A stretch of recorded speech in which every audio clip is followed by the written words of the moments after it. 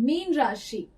चलिए आइए बात करते हैं मीन राशि के बारे में कि मीन राशि वाले जातकों के लिए क्या न्यूज लेकर आए हैं कार्ड्स और एस्ट्रोलॉजी भी क्या न्यूज लेकर आई है। देखते हैं क्या प्रेडिक्शन है फरवरी 2021 में।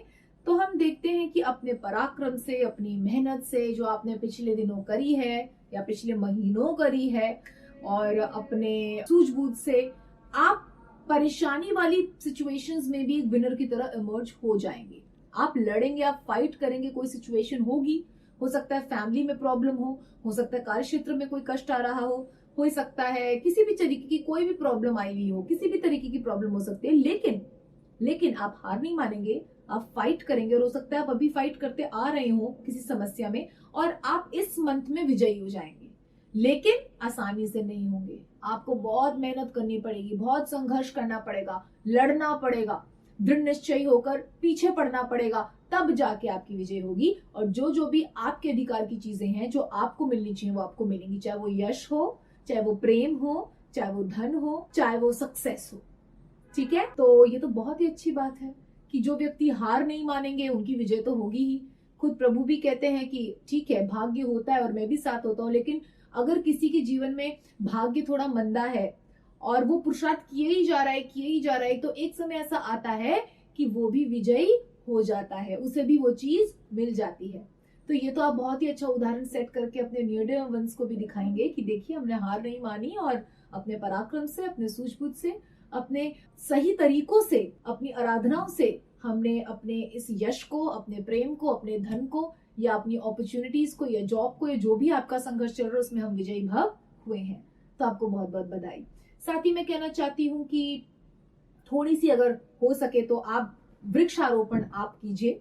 मैंने एक और राशि को ये सजेस्ट किया है, मैं आपको भी सजेस्ट कर रही हूँ कि वृक्षारोपण करने से स्पेसिफिकली फूलों के जो वृक्ष होते हैं, जैसे गुलाब हो गया, पौधे हो गए, इस तरीके का वृक्षारोपण अपने घर पे भी कर सकते हैं और चाहे तो किसी जगह पे जाके किसी पार्क में भी कर सकते हैं।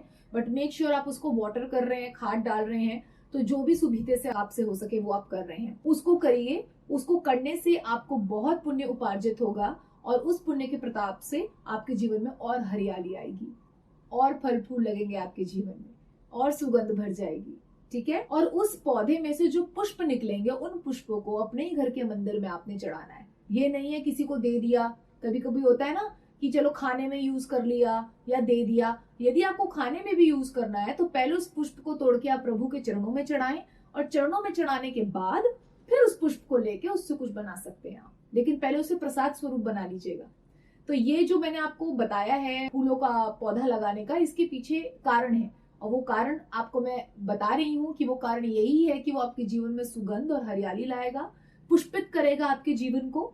तो उस पुष्प को इधर उधर बच्चों के खेलने के लिए हाथ में मत दीजिएगा प्लीज। उस पुष्प को तोड़िए और तोड़ के प्रभु के चरणों में चढ़ाइए।